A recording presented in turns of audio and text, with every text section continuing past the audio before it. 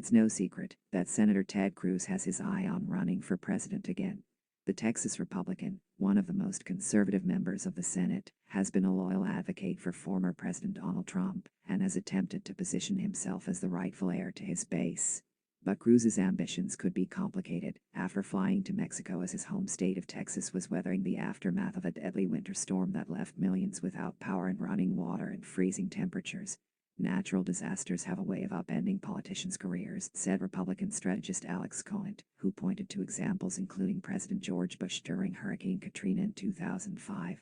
For politicians, the first rule of any natural disaster is to show up, and Cruz broke that rule. About 180,000 customers in Texas were still without power Friday, a number that's gone down significantly from the 4 million who were in the dark earlier this week. Problems with accessing clean drinking water have persisted after pipes burst in the frigid temperatures.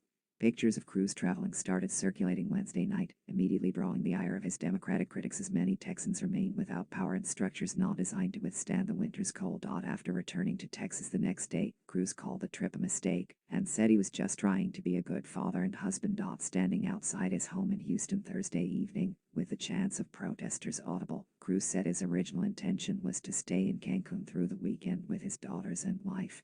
His daughters have requested a trip somewhere warm after they lost power and school was cancelled, he said. In hindsight, I wouldn't have done it, Cruz said, adding it had been his intention to work remotely, but it became more compelling for him to return as controversy grew about the trip. Cruz's office did not respond to questions about whether the senator would be quarantining after the trip or whether he had received the COVID-19 vaccine.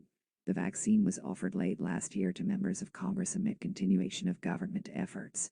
Cruz said at the time he would not immediately take it in hopes of getting it first to seniors and others in need. The CDC recommends getting tested for COVID-19 3 to 5 days after traveling and staying home for 7 days and quarantining, even if you test negative after travel. Conant, like other political watchers, said it's unclear whether the fallout from the trip will continue to follow Cruz. He noted Cruz's quick apology and hitting the issue head-on could help put the story quickly to rest. I think he made a big mistake, but did a good job of putting it behind him as quickly as he could, he said. Cruz narrowly won his re-election in 2018 against Beto O'Rourke. As Cruz traveled, his former opponent coordinated a phone bank to contact seniors across the state and connect them to cold weather resources.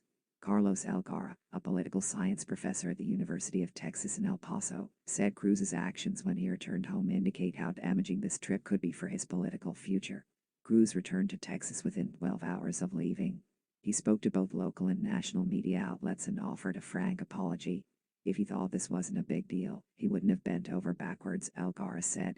The wave of bad press forced him to do something that Senator Cruz rarely does. He came out and offered a mea culpa.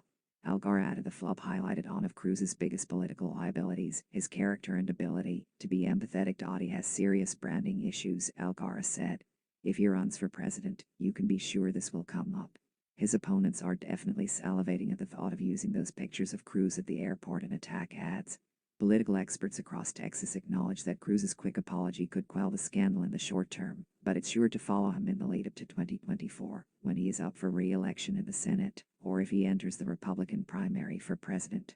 Stephen Amberg, a political science professor at the University of Texas at San Antonio, said Cruz isn't known for his legislating, but rather as a soldier in the conservative movement, especially under former President Donald Trump.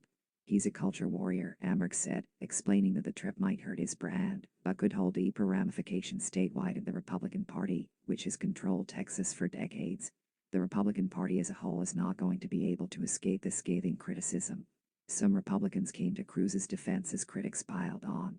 They argued he wasn't the state's governor and wasn't charged with coordinating the disaster response.